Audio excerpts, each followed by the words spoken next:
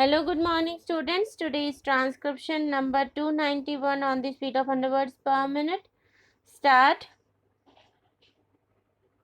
As you are aware, before the constitution, we had the federal court as the highest court in India, of course, subject to the Privy Council then.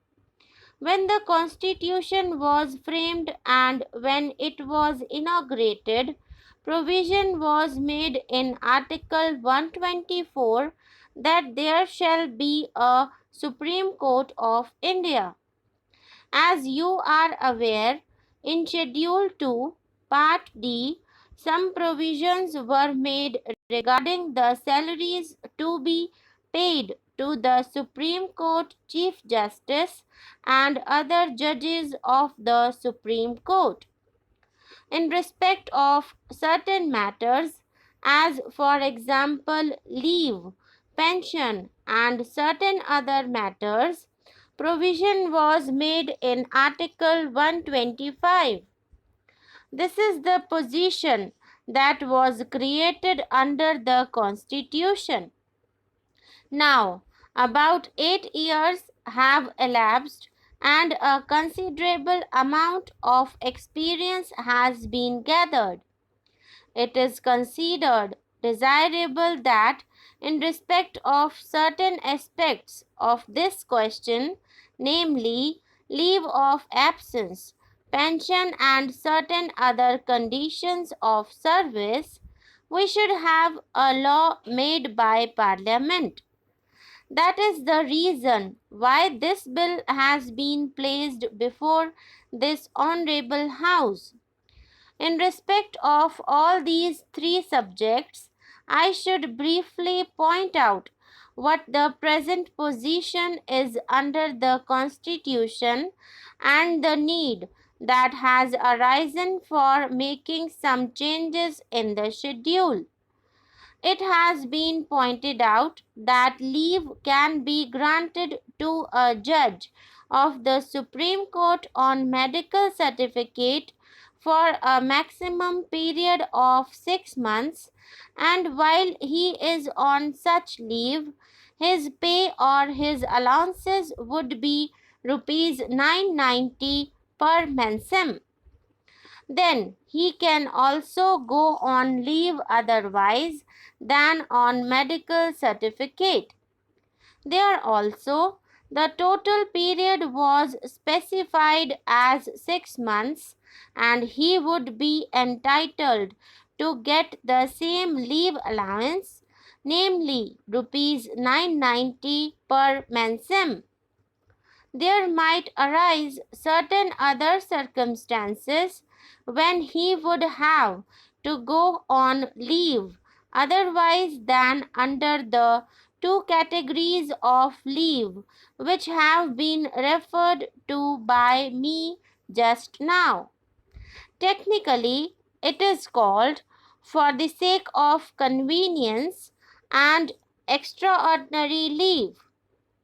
In the case of extraordinary leave, which a judge of the Supreme Court can take, a condition has been laid down that the total amount of such leave shall not exceed 6 months. In this particular case, inasmuch as he is going on leave, he will not be entitled to any leave allowance at all. Here, I may also refer to the fact that, in respect of conditions of service of all the High Court judges, an act was passed by Parliament known as the High Court Judges Conditions of Service Act. That was passed in 1954. Certain advantages or concessions were given to the High Court judges. That act is still in force. It has been very rightly readapted so far as the conditions consequent on the recent reorganization of states are concerned. Therefore, in respect of the High Court judges, we have got the Act of 1954, which we propose to amend in certain respects, and a bill in that respect will be considered by this Honorable House immediately after this present item. Therein, we have followed a certain principle so far as the granting of leave is concerned. All the terms therein are fairer so far as High Court judges are concerned than what they were in respect of the Supreme Court judges.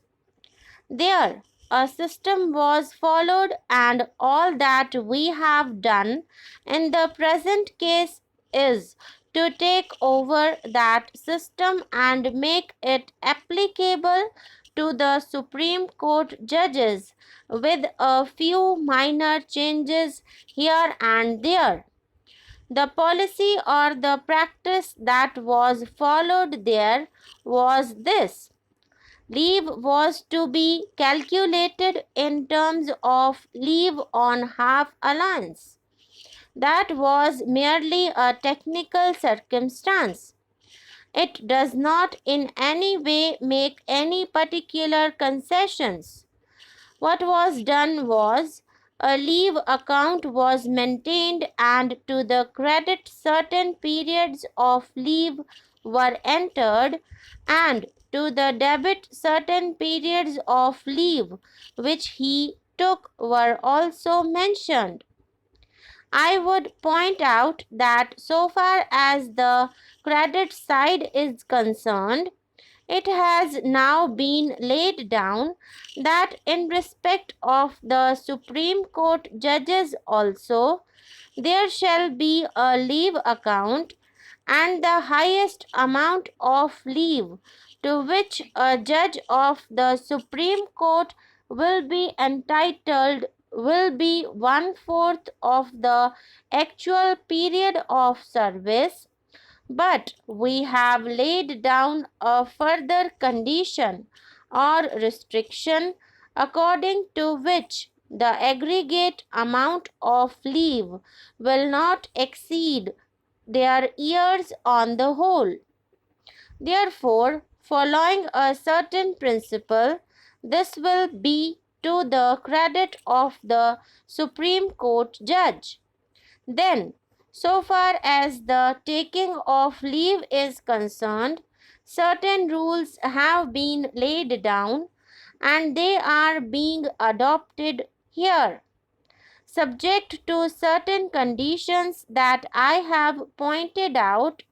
A judge of the Supreme Court would be entitled to take leave on this leave account, subject to what is on the credit side of the leave account.